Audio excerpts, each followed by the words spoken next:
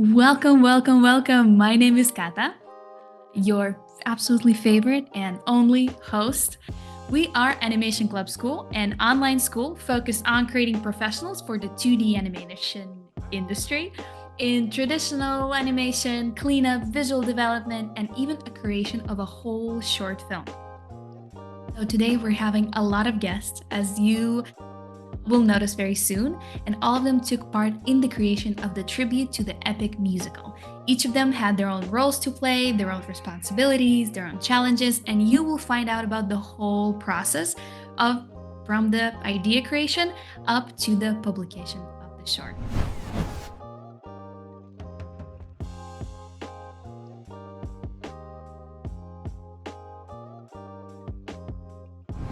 Please meet Edward Kruczewski, our mentor in traditional 2D animation. He was leading our students throughout the whole production. And Edward, would you like to introduce yourself to the chat? Hello, my name is Edward Kruczewski. I've been teaching this in this school already for 8 years. And yeah, today we're gonna talk about our work in progress on this amazing project, Epic. I want to go step by step chronologically how we started and where we ended up with. So let's talk about the idea creation. We were interested in this project, so we made a Discord server and began to make very early sketches for character design, very early animatics, and we did it like a month before the course officially started. Also, during this month, I pitched the idea to the school administration, described how cool it would be for them as well, and they agreed to make Epic on the fourth course.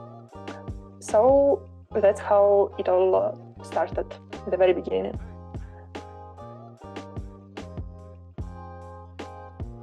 I decided that it would be very nice if we could pick a moment that could be understood without the context of the rest of the musical. So I decided to suggest a composition from Warrior of the Mind. And also I think it was a very good pick because it allowed us to meet Odysseus and Athena without knowing their backstories. It was a very good introduction to them. With the help of TV Paint, we actually created an animatic that we were improving every week with every feedback session we had. And I think we came up to a very, very good result that we were actually being able to put into real life, into animation. We had little bits and pieces that were suggested from all over the team, but at the same time we tried to keep in mind that we only had 30 seconds to do the whole thing, and we had to be confined by those rules so we wouldn't go too big on the project and not be able to complete it. First of all, I wanted to talk about the visual development on the characters and on the backgrounds. So first, let's talk about the characters themselves. And today we have Alilat, who is going to share more about the whole process.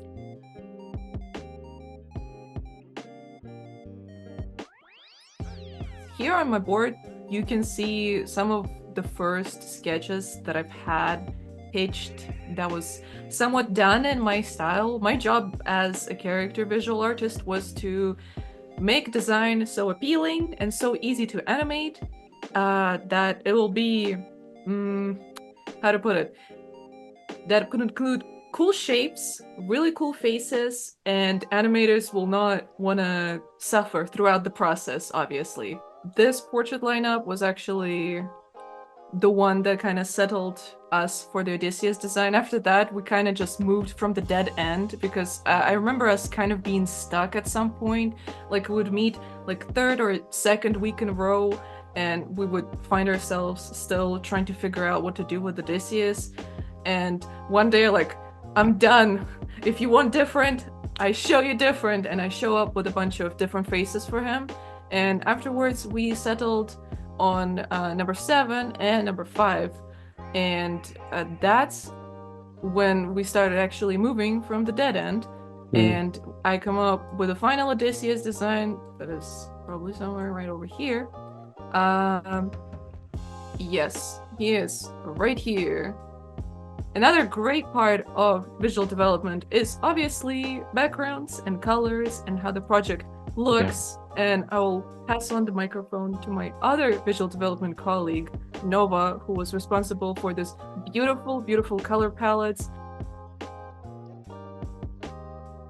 I did the background concept designs and all of the color palettes and color scripting for a short film. Colors was definitely my favorite part of the process, as it's what I want to go into eventually, is color scripting. So here we have some of the very first concepts that I did. And this was before we had the final Odysseus design. So I was just playing around with, I kind of just go with like the first ideas that come to my head. And then I'll think, all right, I have this one. Now what can I change? What can I do differently? And just playing around with different ideas, you know, I think it's very important to go with ideas, even if you don't think it's the one you want to go with, just to try something, just to see if it works. And then after the color palettes, first came some just concepts of like the time of day that we wanted the animation to take place in. So down here, I just played around with a ton of different, very rough concepts of colors. And we all gravitated towards either nighttime or very early morning. And eventually we agreed on early morning. I actually, at some point when I was struggling with like doing the whole thing, I went for a walk outside and I had just the song on a loop in my headphones. And I just like kept picturing the scene until I had it like crystal clear in my head exactly how I wanted it to look. And I loved the idea of this like foggy atmosphere because it feels very mysterious at the beginning where he's being watched. He kind of senses someone is watching him. And then later the fires come in and I feel like it brightens everything up a lot. So it was definitely a team effort with the backgrounds. We had some of our animators ended up helping come up with like designs.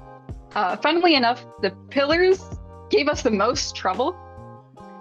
I can't tell you how many different variations we had of pillar sketches. Everything's like kind of scattered around this board.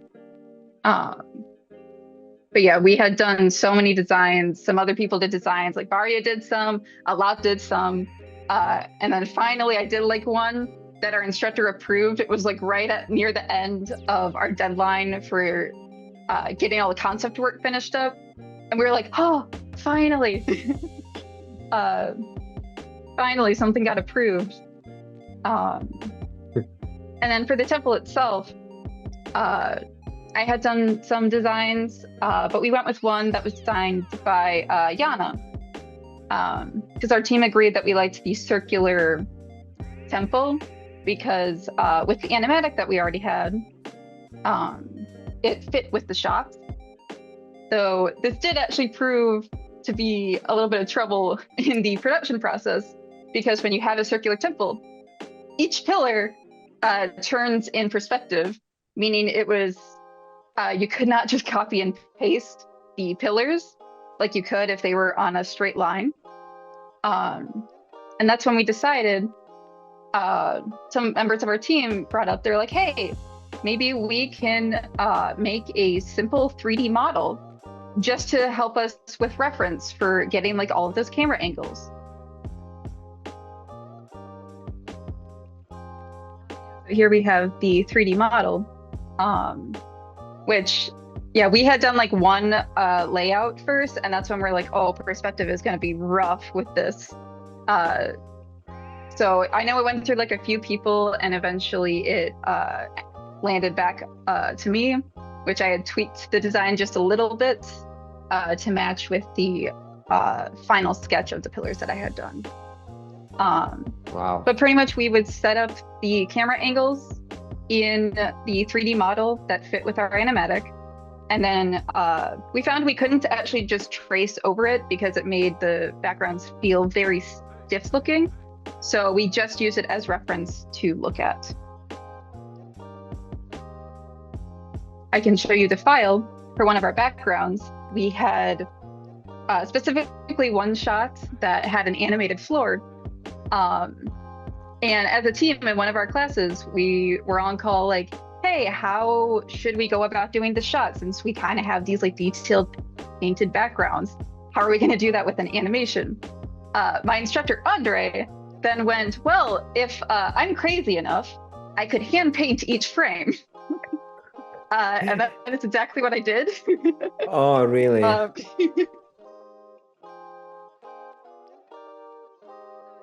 This was like the final like sketch that of the layouts. I had done this layout, so Vadia sent to me the file with the frames for the floor, and then I built the layout around that. So the way that I found out how to do this without making too much work for myself was this is before all of the effects. I went in and just had the base colors for each of the frame. And then this is the magic button. I turn on all of the effects overlay layers, and it made the process a lot easier for myself so that I did not have to hand paint all of the lighting per frame. So that is how the animated shot works.